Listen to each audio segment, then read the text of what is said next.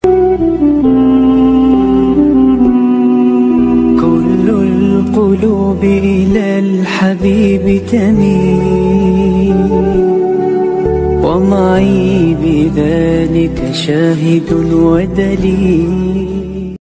Assalamualaikum warahmatullahi wabarakatuh.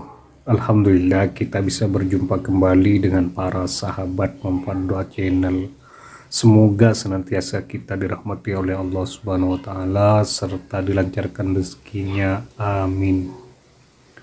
Bersedekahlah dengan ikhlas atas nama Allah, karena tak selamanya memberi bisa dihitung dengan ukuran uang. Bahkan infak di jalan Allah juga bisa diwujudkan dengan sedekah berupa makanan, barang atau pakaian kepada orang yang membutuhkan atau berhak menerima. Sama seperti kita berinfak dengan uang, mengeluarkan sedekah dengan cara memberi makanan atau pakaian juga bisa mendatangkan pahala yang sangat luar biasa. Sebagaimana kata guru kami, Ustadz Adi Hidayat, bahwa sedekah ini dapat kita berikan kepada siapa dan pihak mana yang paling berhak menerima.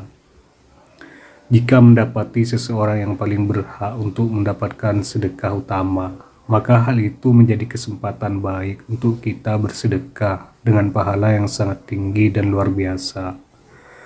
Namun demikian, dalam surah Al-Baqarah ayat 267 disebutkan bahwa jangan kamu infak kepada orang lain yang kamu tidak suka melihatnya.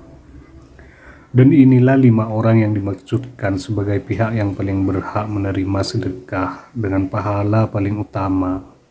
Yang pertama, sedekah kepada orang tua. Digambarkan oleh Ustadz Adi Hidayat menyebutkan bahwa sedekah utama nomor 1 adalah kepada orang tua. Bahkan nilai pahalanya bisa berlipat hingga 700 kali dibandingkan kepada pihak lainnya. Yang kedua, sedekah kepada kerabat dekat. Orang yang paling berhak menerima sedekah utama kedua adalah saudara atau kerabat terdekat, yang dibagi menjadi 2 pihak, yaitu saudara yang rumahnya jauh tapi hubungannya dekat meskipun jauh, tapi ketika ia kesusahan harus dibantu. Yang ketiga, sedekah kepada tetangga. Sementara sedekah kerabat kedua adalah orang yang tidak ada hubungan kerabatan atau ikatan darah dengan kita namun rumahnya dekat dengan kita atau bertetangga. Sekalipun dia beda agama, Allah akan melihat kebaikan itu sebagai sedekah utama jika kita berbagi di saat dia dalam kesulitan atau kekurangan. Yang keempat, sedekah kepada tetangga non-muslim. Dalam sebuah hadis dikatakan bahwa untuk diberikan hanya kepada tetanggamu saja, jadi walaupun tetangga non-muslim tetap berbagilah. Siapa yang masak makanan baunya sampai ke tetangganya, maka bagilah dia walaupun cuma kuahnya. Memberi sedekah kepada mereka yang berbeda keyakinan bagi Ustadz Hidayat menjadi infak atau sedekah yang indah karena kita memperlihatkan betapa tingginya toleransi beragama. Yang kelima, sedekah kepada anak yatim. Sedekah utama yang terakhir adalah anak yatim. Kita tidak harus memberikan materi berupa uang yang besar, namun bisa juga dengan memberikan pakaian yang layak pakai.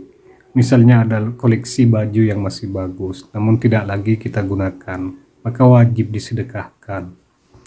Jangan sampai ada pakaian yang tidak digunakan untuk beribadah, sehingga usahakan setiap yang kita gunakan menjadi saksi di akhirat jika dia pernah dipakai untuk kebaikan. Karena pakaian akan berbicara dan bersaksi bahwa barang itu pernah digunakan untuk kebaikan dan beribadah.